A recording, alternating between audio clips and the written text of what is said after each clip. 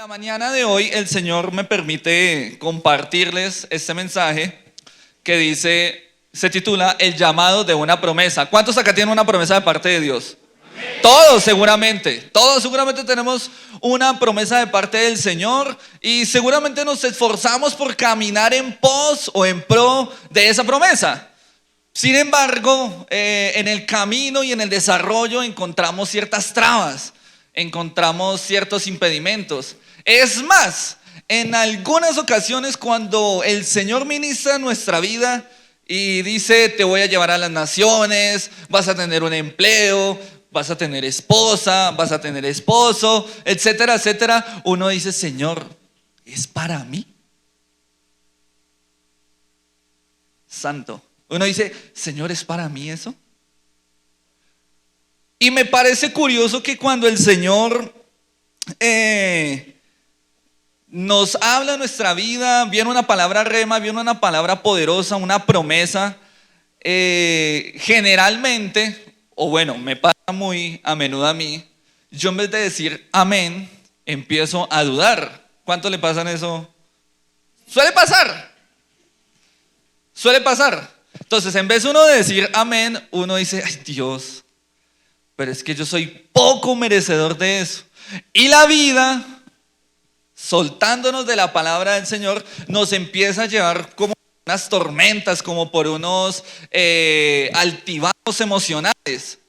Entonces uno un día está supremamente contento, pero al otro día está muy down, o sea, está muy bajo de ánimo.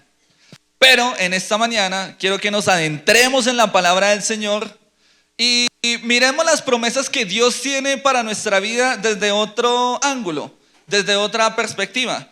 Porque muchas veces cuando se nos viene a nuestra mente la palabra promesas, se nos viene seguramente, o me pasa a mí, cosas materiales. O cosas que yo puedo palpar, cosas tangibles. Me prometieron un viaje, entonces sé que voy a ir por ese viaje. El tema aquí es qué estamos haciendo para llegar allá. Por ejemplo, a más de uno seguramente nos han dicho: te llevaré a las naciones y predicarás allí y allá. Sí, Señor, lo creo. Pero la pregunta es: ¿ya sacaste el pasaporte? O sea, como que ese amén, como que viene a medias, porque seguramente al Señor se le olvidó también prometernos el pasaporte. Porque ¿cómo vamos a ir a las naciones sin pasaporte? Vamos a ir a la escritura, mis amados hermanos, en el libro de Génesis, capítulo 13, versículo 17.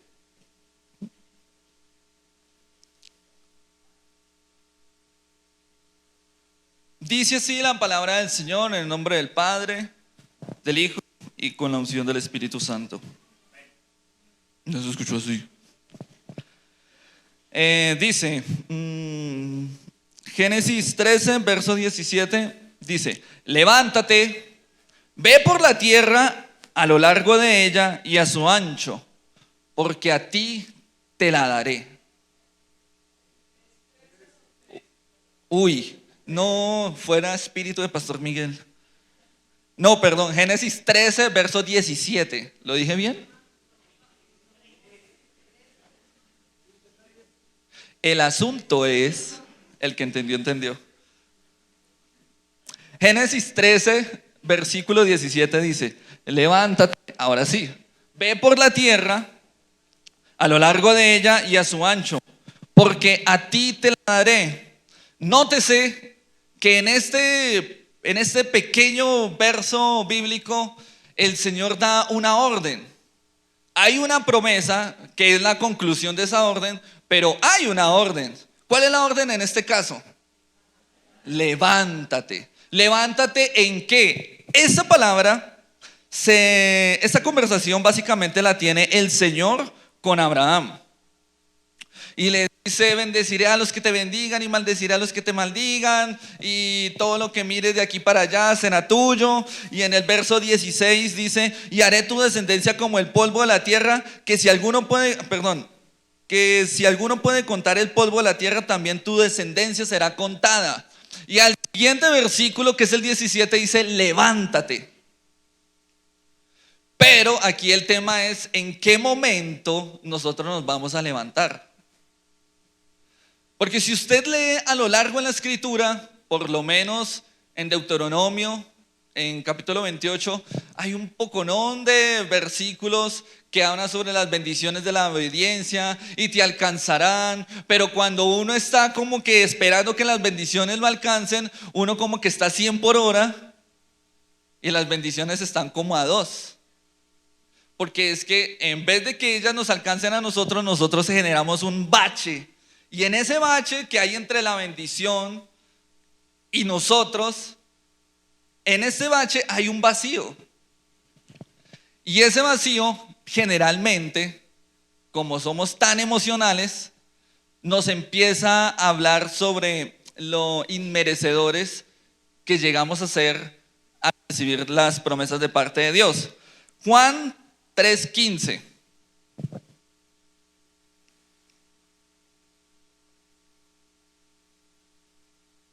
Juan 3:15 dice, para que todo aquel que en él cree no se pierda, mas tenga vida eterna. Levántate para que tengas vida eterna. Porque, amados hermanos, nosotros somos una promesa de Dios y somos una promesa de Dios andante. Y lo que nosotros no sabemos es que Dios nos anhela celosamente como una promesa, cuando uno espera que a uno le cumplan una promesa. Y yo, por ejemplo, soy experto en no cumplir promesas. Mi esposa me mira. No solamente con ella, sino con mis hermanos, con mis padres. Y cuando yo le digo, mami, el próximo fin de semana salgo de culto y allá te llego. Y ella, ay, tan bonito. Y se pone a hacer almuerzo y llama a todo mundo. Y cuando ella me llama, pues yo estoy por allá en mi habitación durmiendo, soñando que fui a la casa de ella. Afortunadamente, Dios no es así.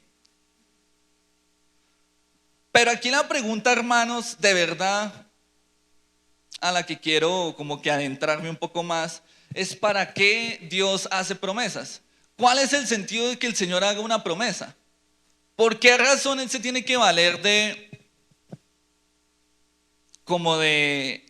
unas motivaciones para que nosotros fijemos la mirada allá, en la cruz? ¿Cuál es la razón principal?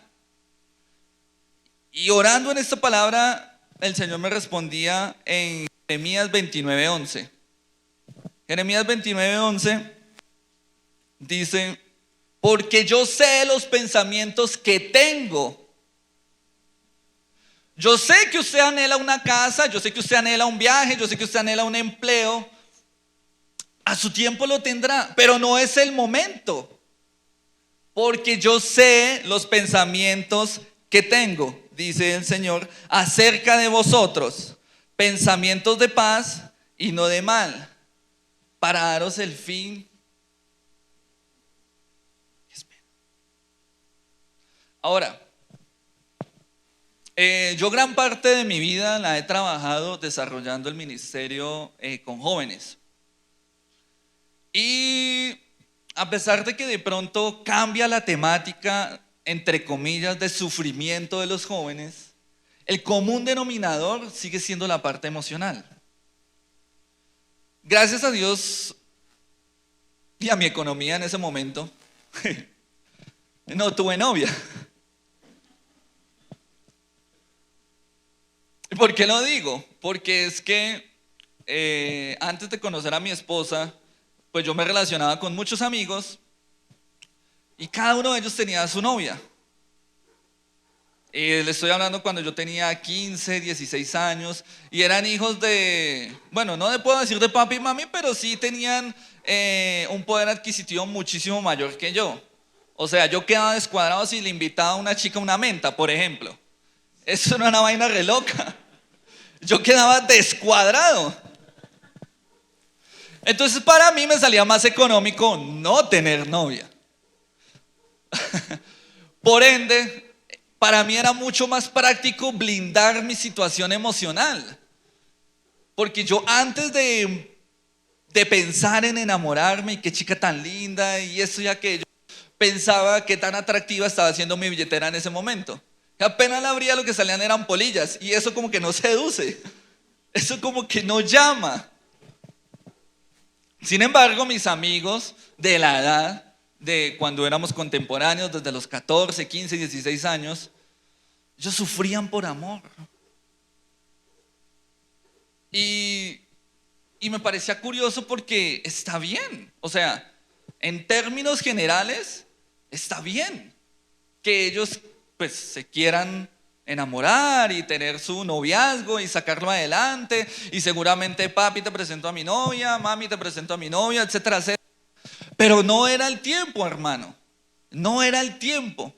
Y a la vuelta de 6 meses, a la vuelta del año, los veía destruidos, deprimidos, yendo de cantina en cantina, haciéndome unas invitaciones que yo decía de por Dios. ¿Usted sabe cuántas lágrimas? Es que más, yo creo que hoy en día todavía tengo los hombros mojados de tanta gente que chilló sobre mi hombro. Porque a pesar de que suene hasta jocoso y muy trivial y muy cotidiano, y seguramente ese va a ser el común denominador en toda la juventud de aquí en adelante, no era el tiempo. Yo soy un compulsivo a las promociones. Yo. Bueno, les quiero contar una historia. También hace muchos años, tiempo atrás, quise iniciar mi vida crediticia. ¿Y cuál es la manera más práctica para iniciar una vida crediticia? Endeudarse. Para mí eso era lo más práctico.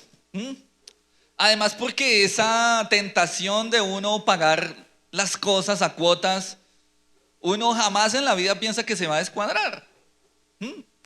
Sin embargo, yo quise aventurarme en ese mundo financiero, en ese mundo culebrón, y adquirí una tarjeta de crédito. Y lo más curioso es cuando uno tiene una tarjeta de crédito que es dinero que no es de uno, versus una necesidad que esa necesidad sabe a la larga que al cabo de unos días uno la va a dejar a un lado. Sin embargo, yo estaba loco por comprarme un celular. Y el celular en ese momento estaba en promoción. Pero estaba en promoción si yo lo compraba con la tarjeta de crédito del almacén. O sea, te seducen, te venden la idea, si lo compras con la tarjeta de crédito, endeúdate con Codensa, tienes hasta un 30% de descuento. Y uno, uy, no, pero es que un celular de 1.000.000 pesos a 700.000, eso como que aguanta. Estamos hablando de menos ceros a la derecha de un dígito. Y eso aguanta. Y por aquellos días, dice la Biblia, yo me encontraba en la universidad y todo el mundo andaba con celular. Ay, qué fastidio eso. Qué fastidio, qué fastidio. Y uno andaba con el celular y los compañeros a cada rato se intercambiaban cosas y yo sin celular. Necesitaba adentrarme en ese mundo financiero. Y cometí el hermoso error pues de comprar el celular. Sin embargo, uno no lee la letra menuda. Esta promoción va válida los siguientes 2 meses después de la compra. Ya, o sea, solo tenía el descuento 2 meses. Tenía 2 meses para pagar ese bendecido celular. Sin embargo, no leí la letra menuda, no leí la letra del contrato. A mí me pasa. Bueno, ya no me pasa, ¿cierto, linda? Pero estoy seguro que algunos de ustedes, de los que estamos acá, sí atravesamos ese camino. Cuando pasaron los 2 meses, yo vi que esas cuotas no bajaban y no bajaban y no bajaban. Y yo, Dios mío, ¿qué es esto? Por Dios. Y todo lo que hice como para evitarme en ese endeudamiento terrible, y no bajaba y no bajaba. Y pues al cabo de unos días me quedé sin empleo y me quedé con la deuda. Y yo duré una temporada donde a mí el empleo me huía. A mí me contrataban y a los 15 días me sacaban. Yo no sé qué era lo que estaba pasando, pero era terrible. Entonces yo decía, tenía para una cuota, y entonces ya me preocupaba más, era por invertir en hojas de vida que por pagar la cuota del teléfono. Finalmente me alcanzaron a reportar en Data Crédito, pero la lección la aprendí. Sin embargo, amados hermanos, no era el momento. No era el momento. Porque la emoción me llevó a comprarme ese celular y atravesar ese bache tan feo que es que le estén llamando a cobrar a uno. Entonces, qué fastidio, porque como tenía celular, pero no tenía contactos que agregar. Y el único contacto que agregaba, pues era el de Codensa. Y ya como que, cuando uno tiene su primer celular, lo que le gusta es que lo llamen. Escuchar el tono del celular, cómo suenan las notificaciones. Sin embargo, yo a cada rato era Codensa y Codensa y Codensa. Yo, ¿para qué lo saqué? Y era así, no era el momento. Jeremías habla de que el Señor sabe los pensamientos que tiene acerca de nosotros, pensamientos de paz y no de mal, para darnos el fin que nosotros, que Él espera darnos. ¿Por qué otra razón el Señor hace promesas hacia nuestra vida?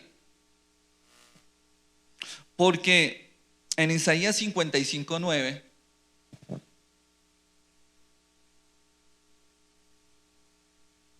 dice: como son más altos los cielos que la tierra, así son mis caminos más altos que vuestros caminos, y mis pensamientos más que vuestros pensamientos. Amados hermanos, esta es una invitación bastante generosa de parte del Señor. Nosotros divagamos mucho por la vida. Nuestras emociones muchas veces las anclamos a la persona que está a nuestro lado. Pero esa dependencia emocional, hermano, es sana hasta cierto momento. Porque Él sabe hacia dónde nos tenemos que dirigir. Isaías dice que mis pensamientos, más que vuestros pensamientos, son muchísimos más altos. Las promesas que el Señor tiene para nuestra vida, básicamente, hermanos, son para que nosotros pongamos la mirada en Él. ¿Sabe? Mientras nosotros caminamos en pro de esa promesa, olvidamos que nosotros, usted, es una promesa para Él. ¿Cuánto le... Si eso no hubiera sido así, jamás en la vida hubiera levantado un Abraham. Créame. Si Él no nos considera una promesa andante, si Él no nos considera un propósito andante, jamás en la vida hubiera levantado un Abraham, no hubiera levantado a nadie. Es más, ni siquiera se hubiera tomado la molestia de enviar a su hijo para que muriera por nosotros. Es que ese sacrificio en la cruz no solamente trae una riqueza material, es una riqueza espiritual. La sangre del Cordero en nosotros nos hace coherederos. Y nosotros debemos caminar en pro de esa promesa, creyendo que nosotros somos la promesa del Señor. ¿Cuánto lo creen? Yo lo creo. Yo lo creo. Porque cuando iba desmenuzando el mensaje, cuando iba desmenuzando la palabra, me di cuenta y el Espíritu Santo me decía: Diego, es que tú eres mi promesa. Mi amado hermano, usted es la promesa del Señor. Y yo quiero que en este momento usted empiece a pensar qué tan celosamente nos puede anhelar el Espíritu Santo a nuestra vida. Porque yo he sentido celos. Y es un sentimiento indescriptible. Porque es como un sentimiento de impotencia, de querer atar algo, pero no se puede, porque no puedo coartar la libertad de la otra persona. Ahora imagínese lo que siente el Espíritu Santo cuando anhela celosamente estar con nosotros y nosotros volteamos la mirada en otro lado. ¿Por qué? Porque nosotros somos la promesa que se escribió desde el principio de los tiempos. Ahora, pero ¿para qué el Señor hace esas promesas. Vamos a ir a Eclesiastés capítulo 8, verso 4. Ahora sí. Pues la palabra del rey es con potestad. ¿Y quién le dirá qué haces? Usted, amado hermano, tendría el corazón para decirle al Señor: ¿no me ames? Hubo un momento en mi vida que yo estoy atravesando. Recién estaba conociendo al Señor. Y vienen esas crisis emocionales fuertes a la vida de uno. Recién empecé a conocer al Señor. No me gustó. Debo ser honesto. No me gustó porque en el momento en que pasé al frente de un altar e hice la oración de fe y me impusieron manos y deseas recibir a Cristo en tu corazón y repite después de mí, me arrepiento. Ok, yo salí de ese lugar y me empezó todo un mar de problemas a mi vida. Y cierto día yo iba caminando por un puente peatonal por la calle 80, muy triste porque las cosas me estaban saliendo mal. No tenía trabajo, me habían expulsado de la universidad por buen estudiante. Era muy bueno y yo estaba fuera de categoría. Me llaman el decano de la universidad y me dice: uy, hermano, es que ¿sabe qué? Usted está muy pro, pero no lo necesitamos más acá en la universidad. Y el día anterior a esa noticia me habían sacado del empleo. Y pues uno, cuando es chino, pues inventa algo para que los papás no se den cuenta que uno está desempleado. Entonces yo salía todos los días como si fuera a trabajar a las 4:30.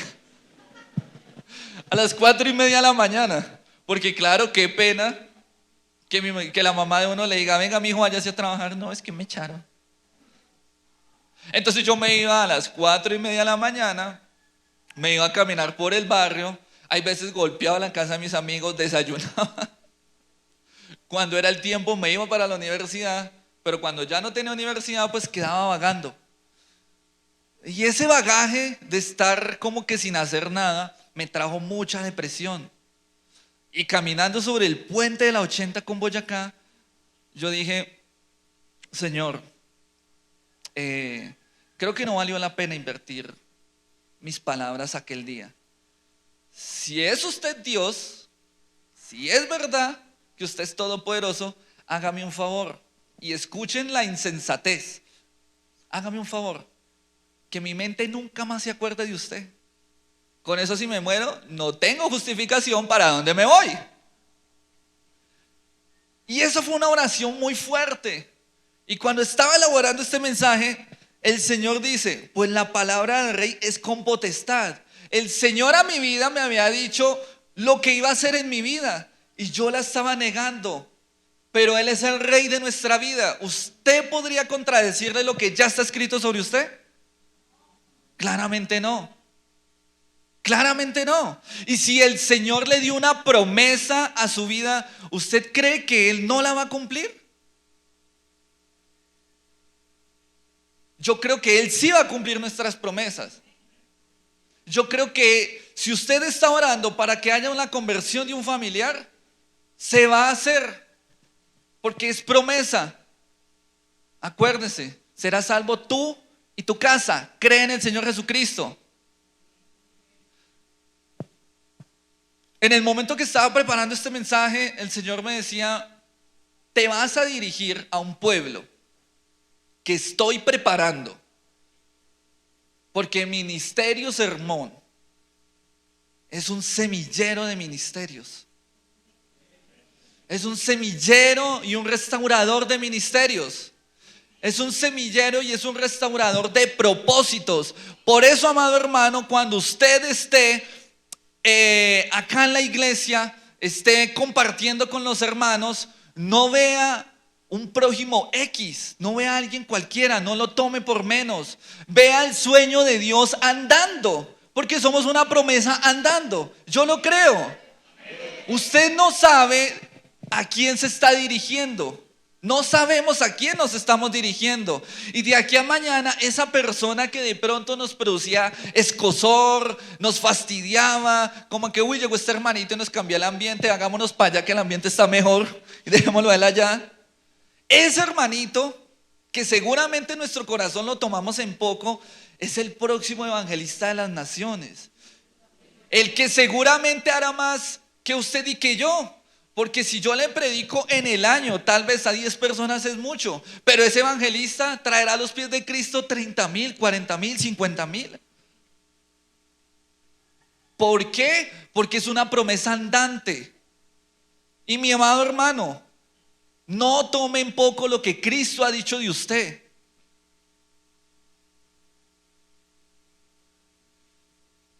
¿Y por qué se lo digo? Porque uno de hombre es muy emocionalista y juzga su futuro con su presente, pero no hace nada por cambiarlo. Entonces, si hoy estamos mal, seguramente mañana vamos a estar peor. Sí. Y el día anterior escuchamos: hijo mío, hija mía, tú eres mi rey, tú eres mi reina, linaje escogido, real sacerdocio, nación santa. Sin embargo, al otro día hacemos las del profeta Elías. Nos escondemos por allá en una caverna, en la caverna de la depresión. Amado hermano, el evangelio no se vive por emoción. El evangelio se vive por el poder del Espíritu. Porque si fuera por emoción, créame que ninguno estaríamos acá.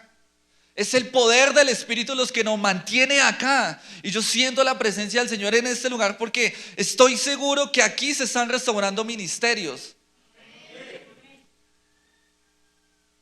Amado hermano, si usted fue llamado a predicar, levántese. Como dice en Génesis al principio, ve por la tierra. El Señor no le está diciendo váyase por un camino angosto, váyase a lo largo y a lo ancho. Ahora, ya sabiendo para qué o por qué Dios nos hace promesas, ¿por qué nos cuesta creerlas? Hebreos 13:19.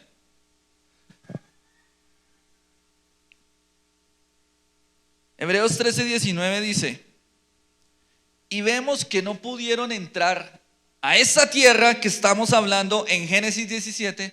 ¿Por qué? Por causa de la incredulidad.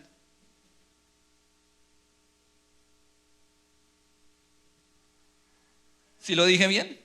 En Hebreos 3:19. Ay, no, algo. Pastor Miguel, ¿dónde está?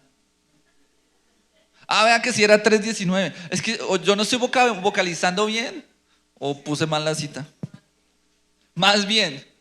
Pero en Hebreos 3:19 dice: y vemos que no pudieron entrar a causa por incrédulo.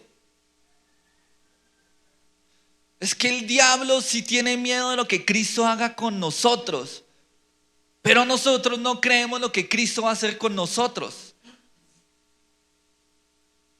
Y eso es un principio de incredulidad que está en las regiones celestes, pensaría yo.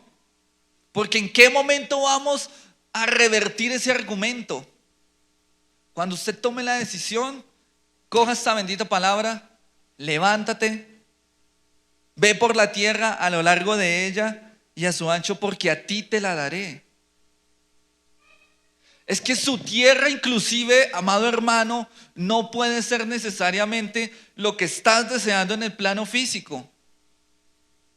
Después de la historia que les conté de hacer esa, entre comillas, oración tan absurda, el Señor puso en mi corazón anhelar los dones del Espíritu Santo. ¿Y sabe qué? Nosotros pensamos que los dones del Espíritu Santo es algo que está, porque apenas uno conoce el Espíritu Santo, se supone bíblicamente que viene detrás los dones. vienen las manifestaciones del Espíritu. Pero a mí el Señor en un momento de mi vida me enseñó a orar, porque eso también es una tierra prometida, los dones del Espíritu Santo. ¿Y en qué momento nosotros vamos a ver el carácter del Espíritu Santo como una tierra prometida? Porque eso nos equipa, una heredad nos equipa, una promesa nos da visión. Una promesa, amados hermanos, nos da carácter. Y yo los invito de verdad que en su oración, si usted dice, pero es que yo le pido al Espíritu Santo que me dé, no sé, el don de lenguas, la interpretación, sanidad, milagros, pero anhélelo como si usted lo pudiera ver. Porque es que nosotros anhelamos lo que vemos, pero lo que no vemos, no lo anhelamos. Ahora, ¿por qué otra razón nos cuesta recibir las promesas de parte del Señor? O creernos que nosotros somos la promesa o el sueño de Dios aquí en la tierra. Y en este tiempo donde la iglesia está siendo atacada, amado hermano, el conformismo entró a las iglesias. Y yo la verdad pensé que ser conformista era sentarse y prestar atención acá, hablándolo desde un ámbito religioso. Sin embargo, cuando encontré la definición de conformismo, encontré que dice que es actitud. O sea, el conformismo viene desde un problema mental, es una actitud de la persona que acepta fácilmente las circunstancias.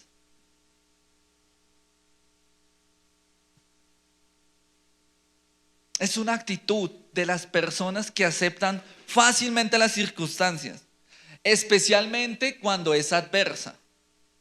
¿Por qué? Porque nos da pereza levantarnos a pelear. Nos da pereza levantarnos a luchar. Y esa circunstancia adversa empieza a taladrar tanto en nuestros huesos que se hace contagiosa. Tiene un efecto viricida el conformismo, porque se te empieza a pegar a ti, a ti, a ti. Y como este no lo hace, pues yo no lo hago. O lo hago a mi forma. Y el ministerio empieza como en ese bache de mediocridad, en ese bache como de wow, yo sé que yo puedo dar más, pero Dios levantará a uno más poderoso que yo. ¿Y saben qué es lo peor de todo esto, hermano?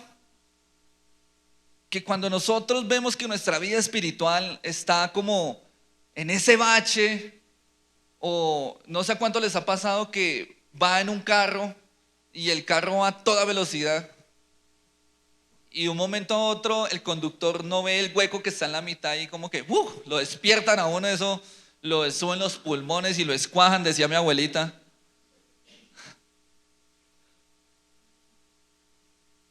Y ese bache que uno coge lo sacude, pero como la carretera sigue plana y sigue pavimentada, pues ya no hay más baches, entonces vuelvo y me quedo dormido.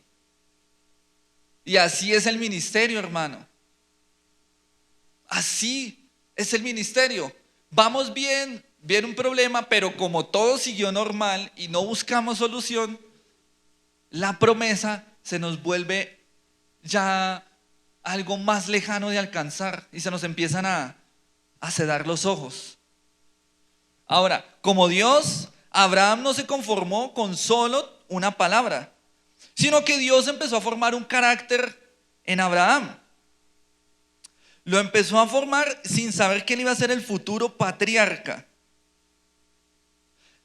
Amados hermanos, lo que les voy a decir a continuación fue un principio bíblico que yo pensé que de pronto ustedes saben más Biblia que yo, y sé que es así. Pero este principio yo lo aprendí escuchando los evangelios, leyendo los evangelios en el Señor Jesús. Cuando el Señor Jesús decía, ora a tu Padre en lo secreto, que en lo público vas a ser recompensado. Pero Abraham ya entendía ese principio. Vamos a ir a Génesis 14, capítulo 14.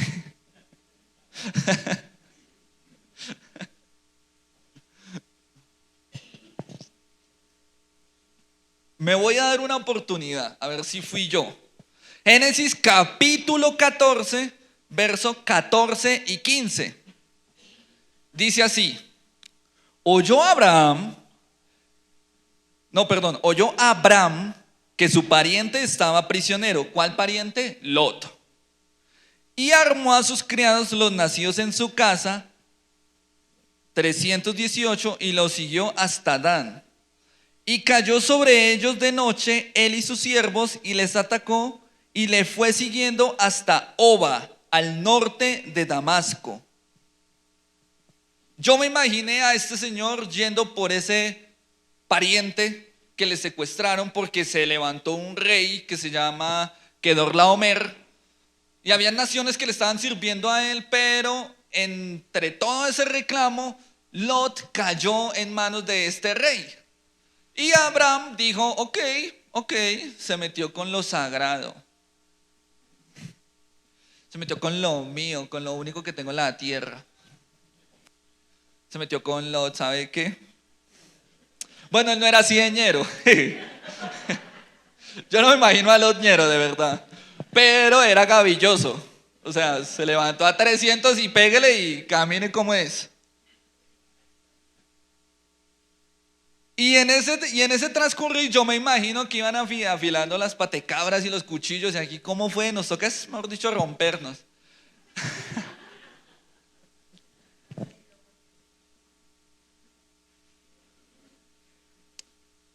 Dice la escritura que en el verso 15, y cayó sobre ellos de noche. Uy, pero es que este sí era traición. De noche. Él y sus siervos, y les atacó. O sea, los cogió dormidos. Y les fue siguiendo hasta Oba. Es una batalla, seguramente como muchas de las que leemos en la escritura. Sin embargo, este tiene dos connotaciones. Primera, ¿por qué? Porque él dice en el verso 14 que los nacidos en su casa, 318, y los siguió hasta Dan. Dan significa justicia. Dan significa justicia. Él llevó la batalla a donde sabía que la iba a ganar. ¿Por qué? Porque tenía la justicia ya garantizada. Porque sabía que este rey era un rey corrupto.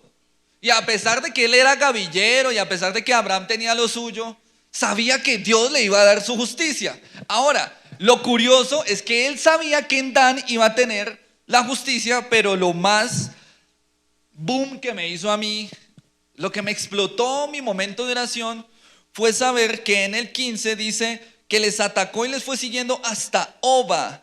¿Y Oba qué significa? Secreto o escondido, o lugar secreto.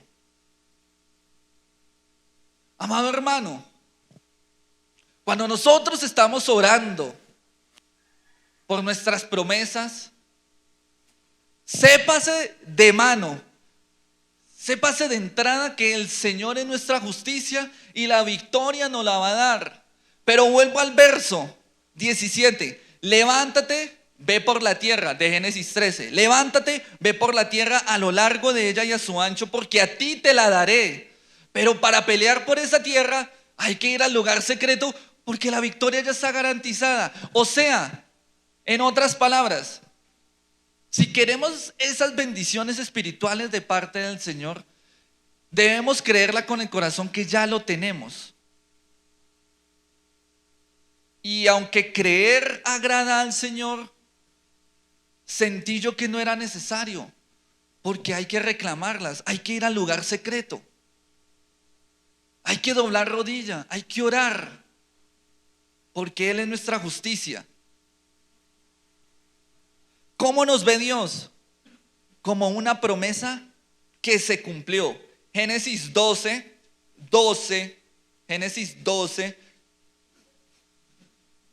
verso 2 dice: y haré de ti una nación grande y te bendeciré y engrandeceré tu nombre y serás bendición. Aunque sabemos que estas fueron unas palabras que el Señor le dio a Abraham para sacarlo de Ur de los Caldeos, es una promesa que nosotros también podemos poner por obra, por un principio, por un verbo. Es creer. Y creer que nosotros somos la promesa de Dios para estos tiempos. Yo lo creo, porque en su corazón, amado hermano, hay dinamita. En su corazón hay una bomba. En el poder de su palabra hay una bomba que sacude los infiernos, que arrebata almas, que arrebata lo que el diablo nos robó en algún momento. Y yo lo creo, hermano, de verdad, yo lo creo, porque si eso no fuera así, jamás en la vida, al Dios de la vida se le hubiera ocurrido mandar a su hijo. Juan 3:16. Amado hermano, esta es una invitación para que usted se esfuerce, nos esforcemos. No solamente en que sí tenemos promesas de parte de Dios, sino más allá de eso, salgamos de ese conformismo. Porque ¿sabe una cosa? La iglesia cristiana está así, toda. Yo tengo muchos amigos en muchas iglesias cristianas y el común denominador es ese, que creemos que Dios nos creó, perfecto, pero que antes Él nos debe a nosotros nuestra existencia y no al contrario. Este es un momento, amado hermano, en donde yo le invito a que usted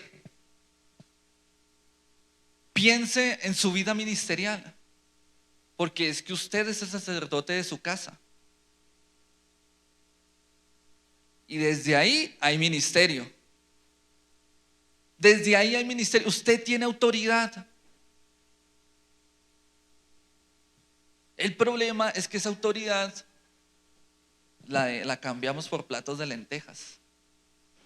Y esa autoridad es muchísimo más poderosa, porque no ve que viene de parte del Señor. Padre maravilloso, en esta hora, Espíritu Santo, yo te pido, Dios de Israel, que bendigas, Padre de la gloria, cada ministerio aquí representado, Señor.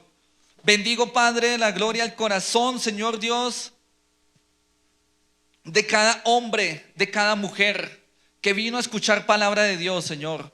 Oro, Padre de la gloria, por ese ministerio que vino a restaurarse a este lugar, por esa persona que vino a restaurar su corazón. Oro, Padre de la gloria, por esa relación sentimental que está buscando una segunda oportunidad. Oro, Espíritu Santo, por ese varón que todavía está en la frontera de la decisión, diciendo: Señor, no sé si comprometerme contigo. Oro por ese varón que siente, Santo de Israel. Oro por ese varón, Padre de la gloria, que siente que su familia ha sido una piedra de tropiezo y un estancadero para desarrollar sus sueños. Amado hermano, amado varón que me está escuchando, la familia es la herencia que el Señor tiene para nosotros. No miremos a nuestro esposo, a nuestra esposa, Santo de Israel, como si fuera un accidente de la vida que tocó llevar. No miremos a nuestra esposa o a nuestros hijos como un accidente que nos toca llevar día tras día, porque la bendición del Señor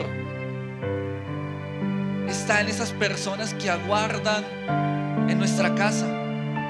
Crean o no crean, asistan o no asistan a la iglesia, no miremos a nuestro hermano como el vago de la familia, porque para él también hay una promesa. porque Él es una promesa andante.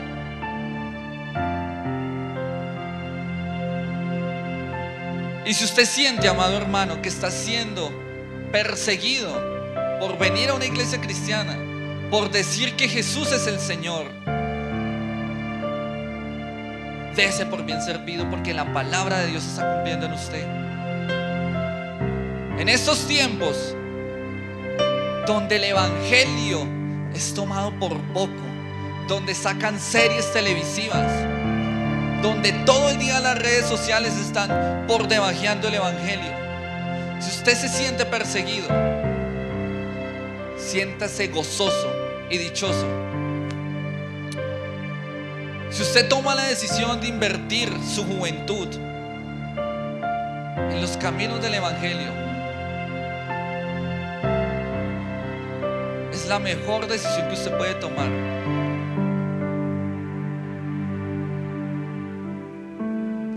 Porque el diablo sabe cómo tomar en poco la juventud. El diablo sabe cómo tomar en poco los grandes ministerios, y no se lo dice de frente, no nos los dice de frente, nos endulza. Y cuando nos damos cuenta, estamos sumergidos en una maraña de mentiras, de desánimo.